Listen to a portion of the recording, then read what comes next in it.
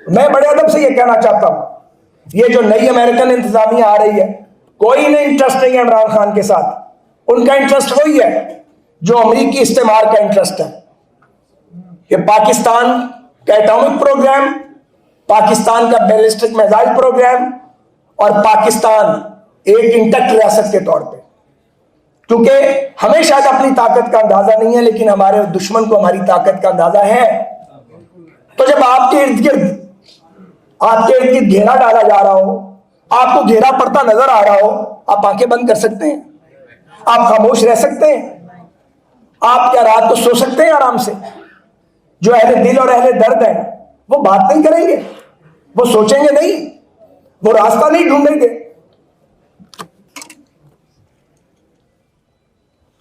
میں یہ گزارش کرنا چاہتا ہوں, میں نے کچھ اکابر سے بات بھی کی ہے, میں ان کے نام نہیں لوں گا, کہ ایک تو یہ مذاکرات کا عمل ہے, یہ کامیاب ہونا چاہیے, اور دوسری صورت یہ ہو سکتی ہے, اور یہ پی ایم ایل این کی طرف سے تجویز نہیں ہے, کل کو کہے کہ پی ایم ایل این کے ایک لیڈر نے یہ تجویز دی, ایک سیاسی کارکن کی تجویز ہے, یہ خواجہ رفیق شہید کے بیٹے کی تجویز ہے, یہ ایک ایسے آدمی کی تجویز ہے جو 12-13 بار جمہوریت کی خاطر جیل کاٹ چکا ہے.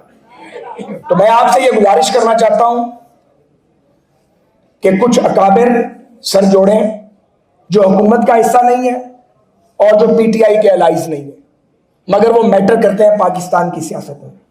مثلا مولانا فضل الرحمان صاحب ہیں, امیر جماعت اسلامی حافظ نعیم صاحب ہیں, سابق پرائم منسٹر شاہد خاقان عباسی صاحب ہیں, ڈاکٹر مالک بلوچ ایک بڑا معتبر نام ہے بلوچستان سے, آفتاب خان شیرپاؤ صاحب ہیں, بڑے ایک سینئر لیڈر ہیں پاکستان کے, پیر صاحب پگارا شریف ہیں, چودھری نثار علی خان صاحب ہیں, لشکری رئیسانی بات سخت کرتے ہیں مگر پاکستانیت کی بات کرتے ہیں, یا اس طرح کے اور لوگ جو حکومتی یا پی ٹی آئی کے دھڑے میں نہیں ہیں, وہ میں ان کو درخواست کروں گا کہ سر جوڑیں, کچھ دانشور ساتھ میں لائے جائیں, اور سر جوڑ کے دیکھیں کہ اس مصیبت سے نکلنے کا راستہ کیا ہے.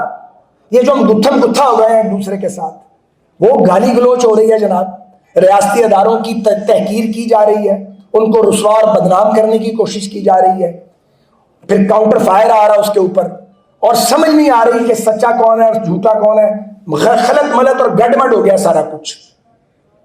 تو اس کو ریزالو کس نے کرنا ہے؟ اللہ کرے کہ مذاکراتی ٹیمیں کامیاب ہوں, پر مجھے لگتا ہے اس کے دور ایک سے زیادہ ہوں گے, یہ فیزز میں ہوگا. تو کچھ لوگ ہونے چاہیے جو غیر جانبدار ہو کر لیکن سٹیک ہولڈر ہوں اس ملک میں, وہ اکٹھے ہوں اور وہ سوچیں بیٹھ کے کہ پاکستان کو ٹریک پہ واپس لے کے کیسے جانا.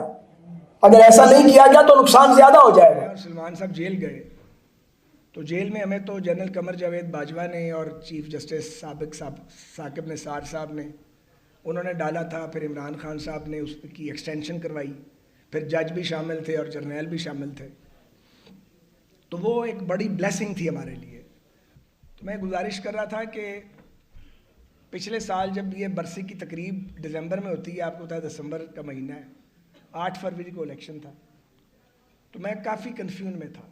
میرے ساتھیوں کو پتہ ہے, خواجہ صاحب کو بھی, ایاز بھائی کو, رانا صاحب کو, میاں صاحبان بھی اچھے سے جانتے ہیں, میرا الیکشن لڑنے کا کوئی ارادہ نہیں تھا, اور یہ فیصلہ انفیکٹ تو میں نے جیل میں کر لیا تھا.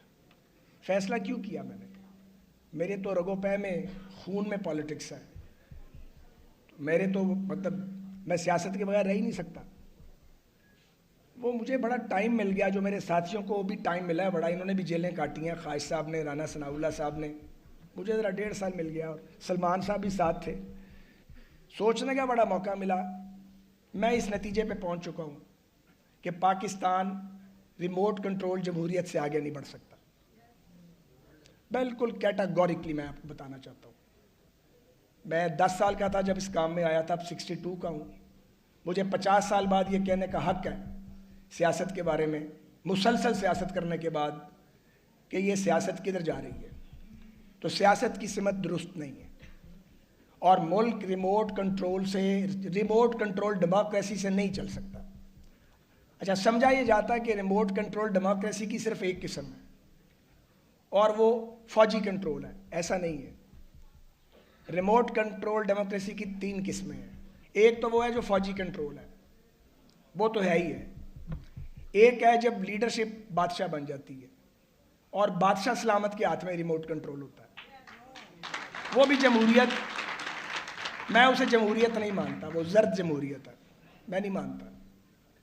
اور تیسری جمہوریت وہ ہے جب چند جج اپنے کمرے میں بیٹھ کے، چیمبر میں، عدالت میں نہیں، چیمبر میں یہ بیٹھ کے فیصلہ کرتے ہیں اپنے گھر میں کہ ملک اس طرح چلے گا، یہ لیڈ کرے گا، یہ جیل جائے گا اور اس کو اب اگلا حکمران بننا ہے، تو وہ بھی ریموٹ کنٹرول سے چلائی جانے والی جمہوریت ہے، وہ عدالتی آمریت ہے۔ بدقسمتی سے پاکستان تینوں طرح کی ریموٹ کنٹرول جمہوریت کا شکار ہے۔ یہی وجہ ہے کہ ہم 2 قدم آگے جاتے ہیں اور 4 قدم پیچھے چلے جاتے ہیں۔ میں نہیں سمجھتا کہ ملک کو اس طرح لے کے مزید آگے چلا جا سکتا ہے۔ آج کی یہ جو تقریب ہے، اس کا موضوع بحرانوں میں گرا پاکستان، اصلاح احوال کیسے ہو۔ بدقسمتی سے سالوں سے یہ موضوع ہمارے پاس ہے، ہم سالوں سے اس موضوع کو ہم ڈسکس کر رہے ہیں، بحران نہیں ختم ہوئے بلکہ پہلے سے زیادہ بڑھ گئے ہیں اور بڑھتے ہی چلے جا رہے ہیں۔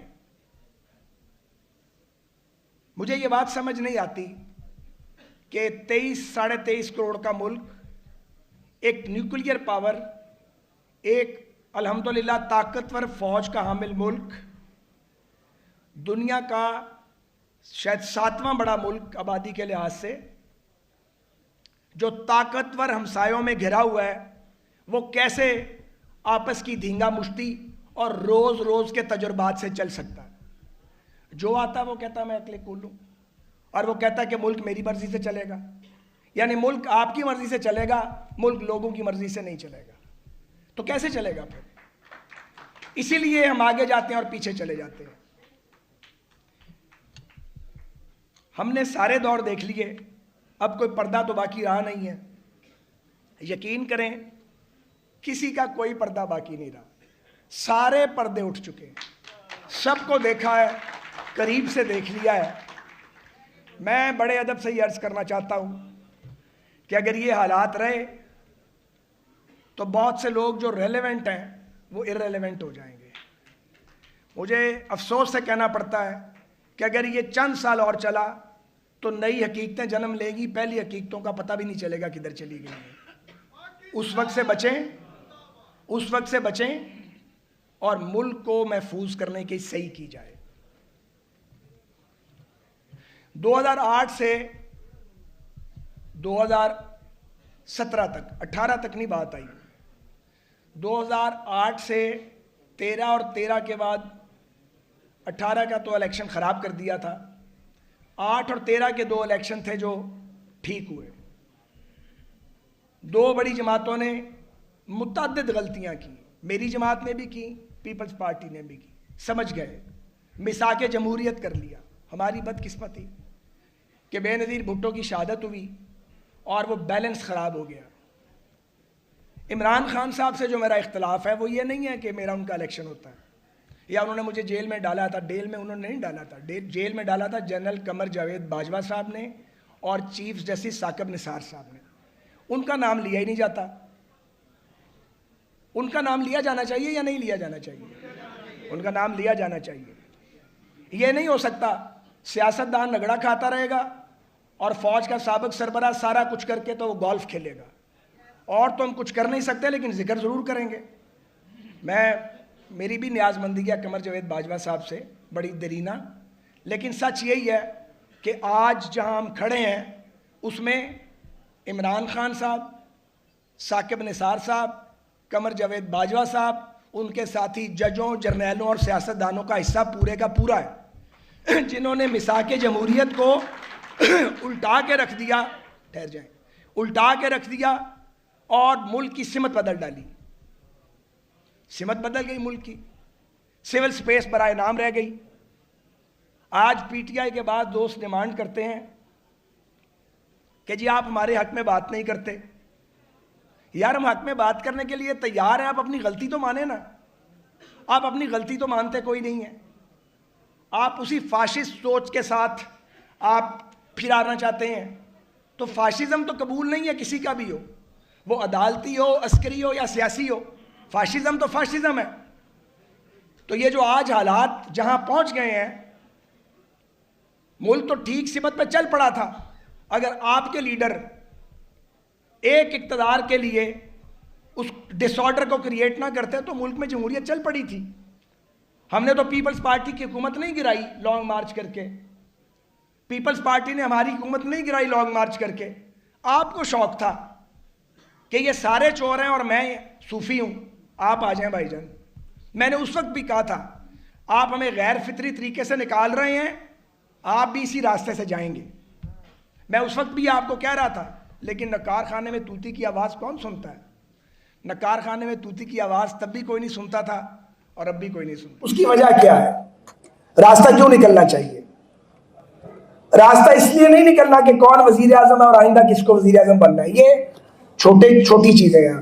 جب ریاست اس سے بہت بڑی ہے, لیکن ایک ایسی ریاست جو 4 فیڈریٹنگ یونٹس پہ مشتمل ہو اور جس کے صوبے بلوچستان میں آگ لگی ہو اور ایک مسلح تحریک چل رہی ہو اور وہاں سے ہر وقت لاشیں آ رہی ہوں یہاں پہ, کبھی مسخ شدہ لاشیں اور کبھی پنجابی مزدوروں کی محنت کشوں کی لاشیں آ رہی ہوں, اور وہاں پہ پاکستان کی دشمن قوتیں جو ہیں وہ سرمایہ لگا رہی ہوں اور لوگوں کو ریاست کے خلاف بہکا رہی ہوں اور لوگ بہک رہے ہوں, تو پھر بات فکر مندی کی ہے.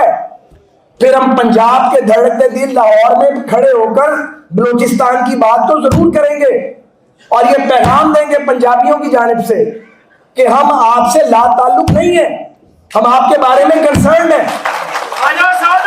ہم یہ ضرور کہیں گے کہ ہمیں لاشوں کے تحفے نہ بھیجیں. جو کچھ بھی ہوا بلوچستان میں اس کا پنجاب ذمہ دار نہیں ہے. ہر الزام پنجاب پر نہیں لگایا جانا چاہیے. ہمیں اچھا نہیں لگتا, ہم جواب نہیں دیتے. اس کا یہ مطلب نہیں ہے کہ ہمیں اچھا لگتا ہے.